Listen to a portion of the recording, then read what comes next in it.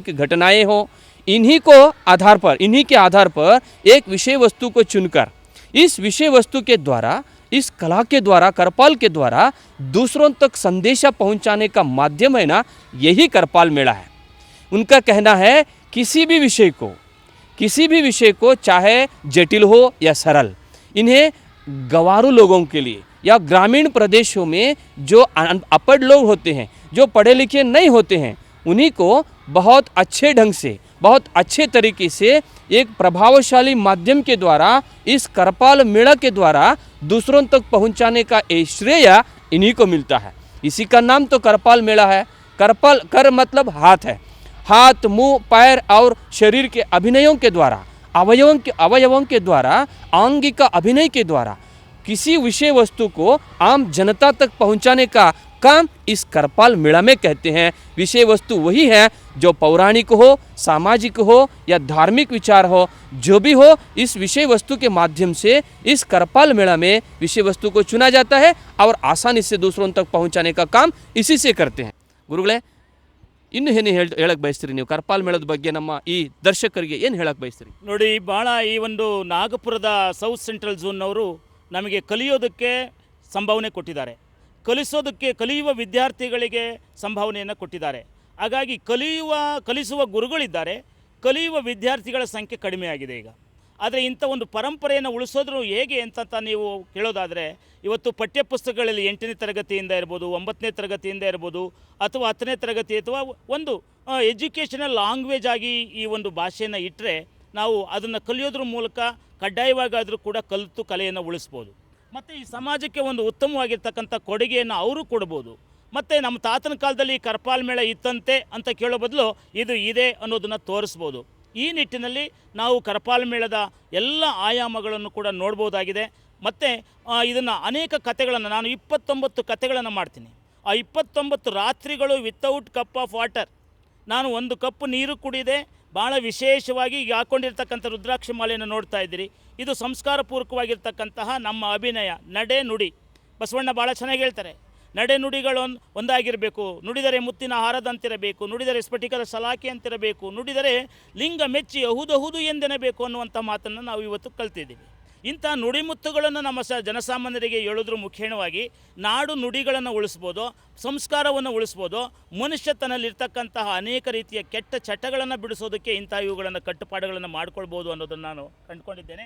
ಈ ನಿಟ್ಟಿನಲ್ಲಿ ಸಾವಿರಾರು ಜನ ವಿದ್ಯಾರ್ಥಿಗಳೆಲ್ಲ ಅಷ್ಟೇ ಅಲ್ಲ, ಸಾವಿರಾರು ಕಾರ್ಯಕ್ರಮಗಳನ್ನು ಇದುವರೆಗೆ ನಾನು 5679 ಪ್ರದರ್ಶನಗಳನ್ನು ನನ್ನ ಈ ಇದರೊಳಗೆ ಕೊಟ್ಟಿದ್ದೇನೆ. 5679 ಜನಪದ ಪ್ರದರ್ಶನಗಳನ್ನು ಕರ್ನಾಟಕದ ಮೂಲೆ ಮೂಲೆಗಳಲ್ಲಿ ಕೊಟ್ಟಿದ್ದೇನೆ. इनका कहना है ये 5679 ಹೌದಲ್ಲ, 5679, 5679 एक कार्यक्रम दे चुके हैं ये. इनका कहना है दूसरी पीढ़ी तक ले जाने के लिए हमें बहुत सहयोग की ज़रूरत है. ये साउथ सेंट्रल जोन नागपुर वाले हमें बहुत मदद कर रहे हैं. यही मदद आगे तक चलनी चाहिए. जो शिष्य परंपरा है, गुरु शिष्य परंपरा है, उन्हें अच्छी शिक्षा देने के द्वारा इस करपाल मेला को अभी आगे और ले जा सकते हैं. सीखने की बात है. आजकल जो ट्रेडिशन क्या हो रहा है, मॉडर्नाइजेशन क्या हो रहा है, पाश्चात्य संस्कृति को अपना रहे हैं. एक इनका कहना है कि भारतीय संस्कृति को अपनाने के लिए ग्रामीण कलाओं, जनपद कलाओं को अपनाए, युवा लोगों के लिए ये आदर्श बन जाए. यही आदर्श के द्वारा हम दूसरी पीढ़ी तक इस कला को ले जा सकते हैं. यही इनका कहना है.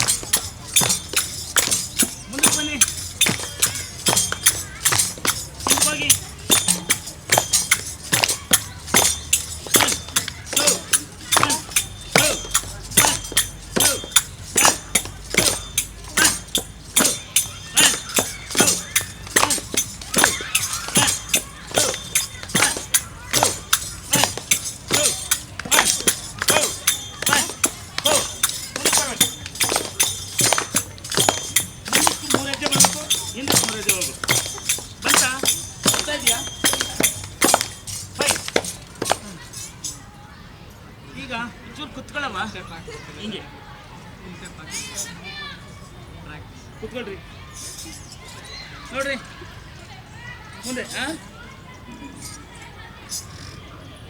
ಒಂದೇ ಕೈನಲ್ಲಿ ನಾನು ಏನು ಕೊಡ್ತೀನಿ ಹೇಳ್ಬೇಕಾ?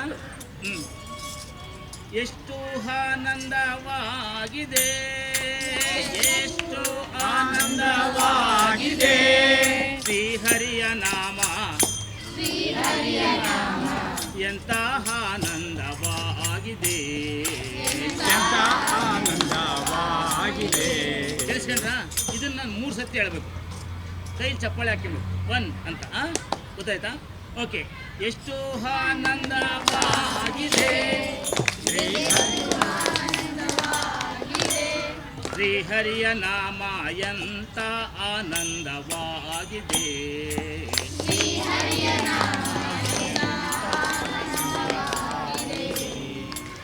ಈಗ ಫಾಸ್ಟಾಗಿ ಹಂಗೆ ಕುಂತ್ಕೊಂಡು ಎದ್ದೇಳಬೇಕು.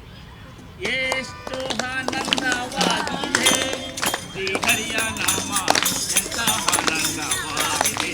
ಹೇಳಿ.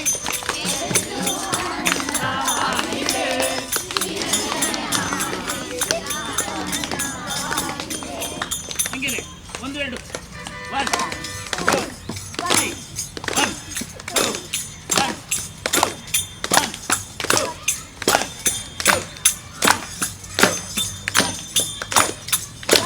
2 ಬನ್ನಿ, ಇಲ್ಲಿ ಹೋಗಿ.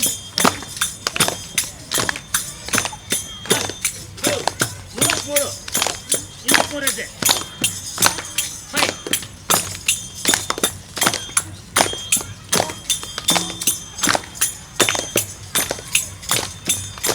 ಈಗ ನಾನು ಕೇಳಿಸ್ಕೊಳ್ತಿರ್ಬೇಕು, ಹಂಗೆ ಕುಣಿತ. ಓಕೆ, ಕುಣಿತ ನಾನು ಆಟ ಕೇಳಿಸಿ. 1 2 3 4 1 2 3 4 1 2 3 4 1 2 3 4 5 6 7 8 5 6 7 8 1 2 3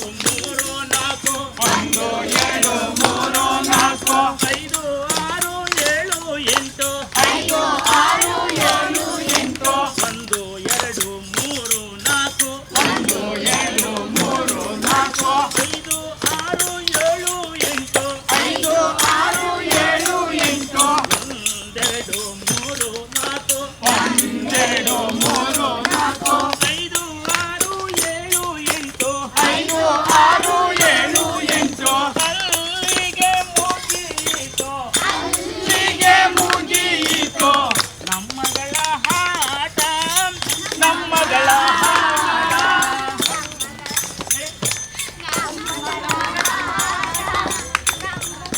ಓಕೆ, ಸ್ಟಾಪ್ ಇಟ್. ಒಂದ್ಸರಿ ಕುತ್ಕೊಂಡ್ಬಿಡಿ ಹಾಗೇನೆ, ಹೆಂಗೆ ನಾನು ಹೇಳಿದ್ದಲ್ಲ ಹಂಗೆ. ಆಯ್ತಾ? ನೋಡಿ, ಮೊದಲು ಈ ಕರ್ಪಾಲ್ ಮೇಳ ಅಂದರೆ ಕೈ ಅಲ್ವಾ? ನಿಮಗೆ ಭಾಳ ವಿಶೇಷವಾಗಿ ಅಲ್ಲಿದೆ ಪದ್ಯ. ಕೈಗಳು ಮೊದಲು ಏನು ಮಾಡ್ತಿದ್ರಿ? ಹಿಂಗಂದ್ರಿ ಅಲ್ವಾ? ಭಯ ಆಗ್ತಿತ್ತು, ರಂಗಪ್ಪ ಕುಣಿಯೋದು ಅಂತ ಬೆವರು ಬೇರೆ ಬರ್ತಿತ್ತು. ಈಗೇನು ಮಾಡಿದ್ರಿ? ಈಗ 2 ಗಾಲ ಇತ್ತ ಮೇಲೆ 2 ಅಂತ ಗೊತ್ತಾಯಿತು. 1 2 ಅಂದಾಗ ಇದೇನೋ 1 2 ಮಜ್ಜಿ ಹೇಳ್ಕೊಡ್ತಾರೆ ಅಂದ್ಕೊಂಡಲ್ವಾ? ಈಗ ನಿಮಗೆ ಕಾಲು ಪಾಠ ಆಯಿತು, ಆಮೇಲಿಂದ ಕೈ ರೂಢಿ ಆಯಿತು, ಬಾಯಿ ರೂಢಿ ಆಯಿತು. ಇಷ್ಟೇ ಕರ್ಪಾಲ್ ಮೇಳ ಅಂದರೆ. ಕೈ, ಬಾಯಿ, ಕಾಲು ಮತ್ತು ದೇಹ, ಈ 3 ಕೂಡ ಭಾಳ ವಿಶೇಷವಾಗಿ ನಮ್ಮ ಶ್ರಮವನ್ನು, ಅಂದರೆ ಕುತ್ಕೊಳ್ಳೋದು ಮತ್ತು ಎದುಳೋದು, ಹಂಗೆ ಕುಣಿಯೋದು. 1 2 3 1 2 3 ಈ ಥರ ಮುಂದಕ್ಕೆ 3 ಹೆಜ್ಜೆ, ಹಿಂದಕ್ಕೆ 3 ಹೆಜ್ಜೆ ಹೋದರೆ ಕರ್ಪಾಲ್ ಮೇಳ ಆಯಿತು. ಏನೇನು ಕೆಲಸ ಮಾಡ್ತಾ ಇದೆ ಇಲ್ಲಿ? ಕೈ, ಬಾಯಿ, ಕಾಲು ಅಲ್ವಾ? ಜೊತೆಗೆ ಅಲ್ಲಿ ಒಂದು ಪದ್ಯನ ನಾವು ಹಿಂಗೆ ತಗೊಂಡು ಹೇಳ್ಬಿಡ್ಬೋದು. ನಮಗೆ ಗೊತ್ತಿದ್ದೇನೋ ಒಂದು ಮಗ್ಗಿ ಅಷ್ಟೇ, ಪೂರ್ತಿಯಾಗಿ ವಿಶೇಷವಾಗಿ ನಾವು ನೋಡ್ತಾ ಇದ್ದೀವಿ. ಭಯ ಆಗ್ತಿತ್ತಲ್ಲ ನಮ್ಮ ಮನೆಗೆ, ಆ ಭಯದ್ದೇನೋ ಈಗ ಹೋಯ್ತಲ್ವಾ? ಕರ್ಪಾಲ್ ಮೇಳ ಅಂದರೆ ಏನು ಅಂತ ಭಾಳ ಗೊತ್ತಾಯ್ತು. ನೋಡಿ, ಇಲ್ಲಿ ಮುಂದೆ ಕೂತಿರೋವಂಥದ್ದೆಲ್ಲ ಕೂಡ ಇದೇನಿಲ್ಲ, ಭಾಳ ವಿಶೇಷವಾಗಿ ಇದನ್ನಂತಾರೆ ದಮ್ಡಿ ಅಂತ. ಏನು ಅದು ನೋಡಿ ಎಷ್ಟು ಏನಂತೈತೆ, ಬಡಿತದೆ. ಅಲ್ವಾ? ಈಗ ನೀವು ಹಂಗೆ ಕ್ಲಾಪ್ಸ್ ಹಾಕಿ.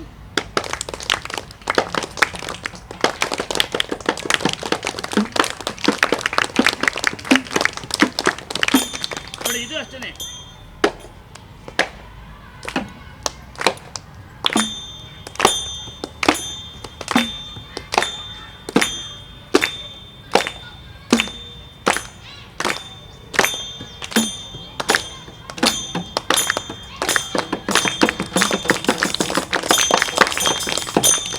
ಅಲ್ವಾ?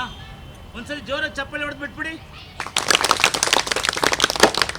ಒಂದೇ ಸತಿ ಬಿಡಬೇಕು. ಇದೇ ಕರ್ಪಾಲ್ ಮೇಳ. ಗೊತ್ತಾಯ್ತಲ್ಲ?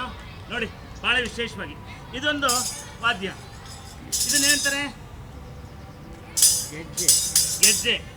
ಗೆಜ್ಜೆಯೇ ಜಾಲ್ರಿ ಅಂತಾರೆ, ಗೆಜ್ಜೆ ಅಂತಾರೆ, ಕಂಜ್ರ ಅಂತಾರೆ, ಇನ್ನೊಂದು ಅಂತಾರೆ, ಎಲ್ಲ ಅಂತ. ಈಗ ನೋಡಿ, ನನಗೆ ನೀವು ಹಾಡು ಹೇಳ್ಬೋದು. ನಾನು ಹೇಳಿದ್ದು ಕೇಳಿಸ್ಕೊಂಡು ಆದಮೇಲೆ ನೀವು ಹಾಡಬೇಕು. ಗೊತ್ತಾಯ್ತಲ್ಲ? ನೋಡೋಣ. 1 2 3 4 5 6 7 8 5 6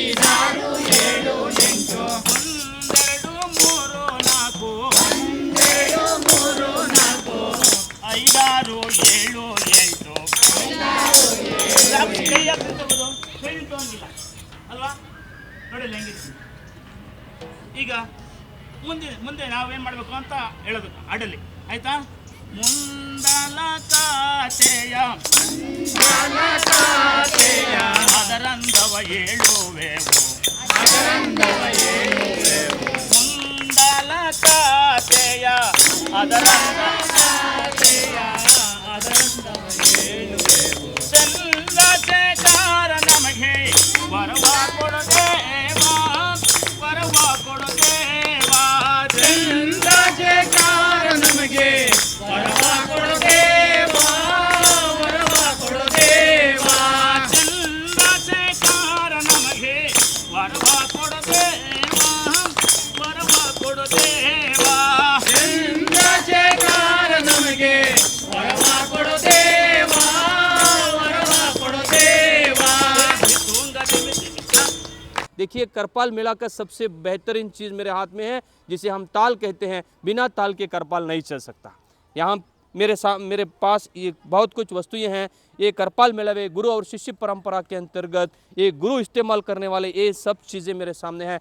चलिए एक एक करके उनकी पहचान होगी। देखिए, ये ताल जो है ये दोनों उंगलियों में, दोनों हाथों में ऐसे पकड़ सकते हैं। देखिए, इसके अंदर एक धागा पिरोया गया है। इसके बाहर की ओर से एक गांठ पड़ा है। एक गांठ एक आंगली पर ऐसे दबाया जाता है।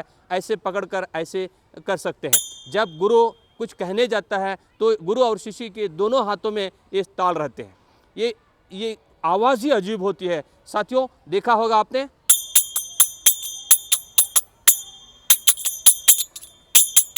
ऐसे इसे बजा सकते हैं। ऐसे बजाने से क्या होता है, आवाज़ बहुत दूर तक पहुंचती है। जो भी लोग सोए हुए होते हैं उनको जागृत करने के लिए एक आवाज़, शायद आपने देखा होगा देवालय के अंदर एक घंटी को लगाया जाता है। उस घंटी का आवाज़ शायद आप सुने होंगे। देखिए, ऐसी ही आवाज़ आती है, पीतल की आवाज़, जिसे दमड़ी कहते हैं। शायद साथियों, देखा आपने कितना अच्छा है इस दमड़ी, ये चमड़े से बना हुआ है। कितना अच्छा आवाज़ आती है इसमें, कितनी आवाज़ आती है। ये लो कास्ट एंड नो कास्ट में बकरी के चमड़े से बना हुआ है। ये सिर्फ खुद कलाकार अपने ही हाथों से बनाया हुआ होता है, कोई फैक्ट्री से निकला हुआ वस्तु नहीं है। देखिए, इसे ऐसे बांध देते हैं, इसमें धागे से पिरोया जाता है और बकरी का चमड़ा जो घरेलू में या गांवों में बनाया जाता है इसी से बनता है। देखिए, ये लकड़ी का जो आसपास इसे बनाया गया है, ये घरों में मिलता है, लकड़ी मिलती है। इस लकड़ी थोड़ी बहुत काट कर इसे चिपकाया जाता है। कोई भी इसे बना सकते हैं। इसे ना तो कोई फैक्ट्री है ना तो कोई एजेंसी है। सिर्फ कलाकार अपने हाथों से ही बना लेता है और उसका इस्तेमाल बहुत अच्छा किया जाता है। एक और ताल बजाता है और दूसरी ओर ये भी गुरु और शिष्य के हाथ में रहते हैं। देखिए, ये चमड़ा है, आजकल फाइबर में बनता है। इसके पीछे क्या है, मेटल से एक घेरा लगा हुआ है, उसे फिक्स किया गया है, मेटल से ही बना हुआ रहता है। जिसे मेटल के थोड़े ये घुंघरू कहते हैं, इसे ये भी अटका दिए गए हैं। इसे एक स्क्रू भी डाल चुके हैं। ये स्क्रू को टाइट करने के लिए एक स्पॉनर टाइप एक मेटल भी इसमें है, एक इक्विपमेंट है। इसे चाहे हम चाहे जितना टाइट कर सकते हैं या लूज़ भी कर सकते हैं। टाइट करने पर आवाज़ डिफरेंट होती है, लूज़ होने पर इसकी आवाज़ भी डिफरेंट होती है।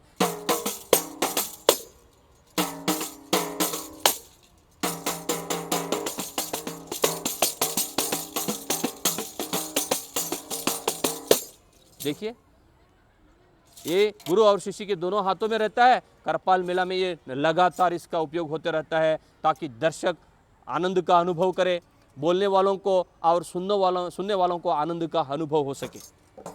इसे माला कहते हैं, रुद्राक्षी माला कहते हैं। ये कोई फैक्ट्री से बनी हुई चीज़ नहीं है साथियों। देखिए, ये प्रकृति में आसान रूप से मिलने वाली चीज़ है। एक पेड़ से गिरा हुआ एक फल है। इस फल को अगर उसे थोड़ा छेद बनाकर उसे एक धागे में पिरो देंगे तो एक माला बन जाएगी। इस माला को गुरु और शिष्य दोनों ऐसे डाल देंगे। डालने पर एक शोभा बढ़ा देती है, शोभा बढ़ती है।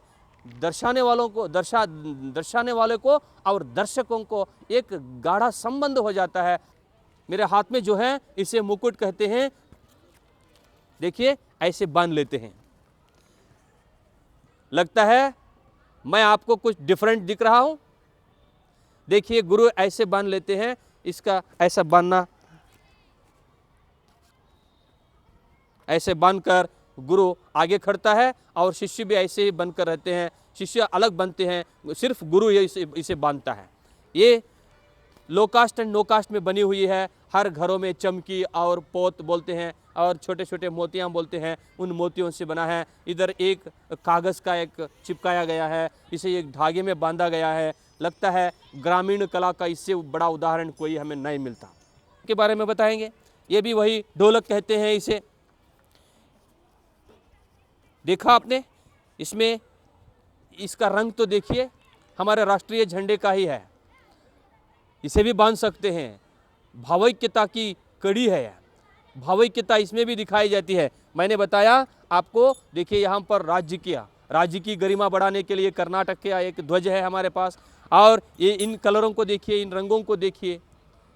ग्रामीण कलाकारों का एक उद्देश्य भी होता है राष्ट्रीयता बढ़ाना, नेशनलिटी, भाषा और संस्कृति और सभ्यता का द्योतक होता है। इन कलाओं से हम राष्ट्रीय भावैक्यता सीख सकते हैं।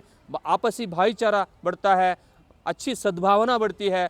प्राकृतिक विकोपों से बचना कैसे, प्राकृतिक संपन्नमूलों का या अच्छे वस्तुओं का उपयोग कैसे किया जा सकता है। जानवरों पर प्यार और मोहब्बत बढ़ता है।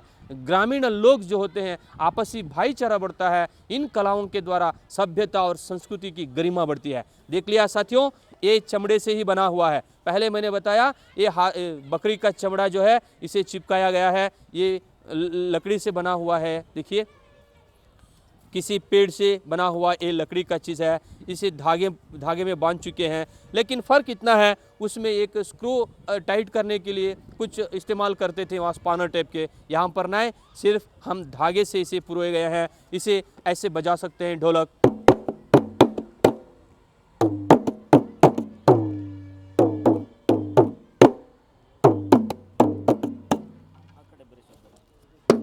देखिए, आवाज़ डिफरेंट होती है। इधर आवाज़ अलग आती है और इधर आवाज़ अलग आती है। देखिए,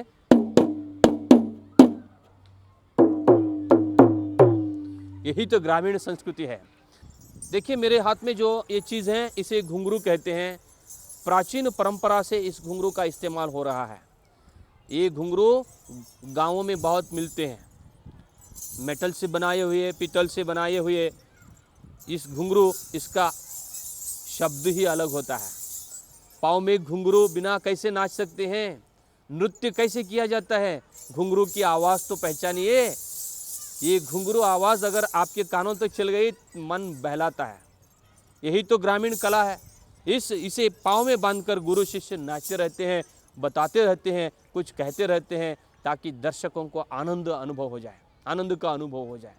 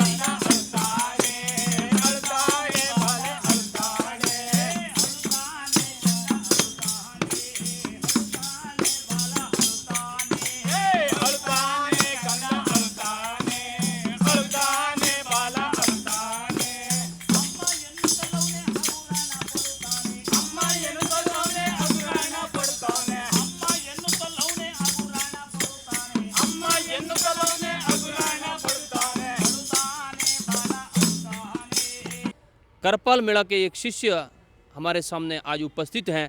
आइए उनसे मिलते हैं। नमस्कार। ನಮಸ್ಕಾರ ಸರ್. बताइए क्या नाम है आपका? ये ನಿಮ್ಮ ಹೆಸರು? ನನ್ನ ಹೆಸರು ಪವನ್ ಗಂಗಾಧರ್ ಅಂತ. इनका नाम है पवन गंगाधर. ವೃತ್ತಿಯಲ್ಲಿ ತಾವೇನು ಮಾಡ್ತಾ ಇದ್ದೀರಿ? ನಾನು ವೃತ್ತಿಯಲ್ಲಿ ಉಪನ್ಯಾಸಕ, ಏನು ಇಂಗ್ಲೀಷ್ ಭಾಷೆ ಉಪನ್ಯಾಸಕನಾಗಿ ಕೆಲಸ ಮಾಡ್ತಾಯಿದ್ದೀನಿ.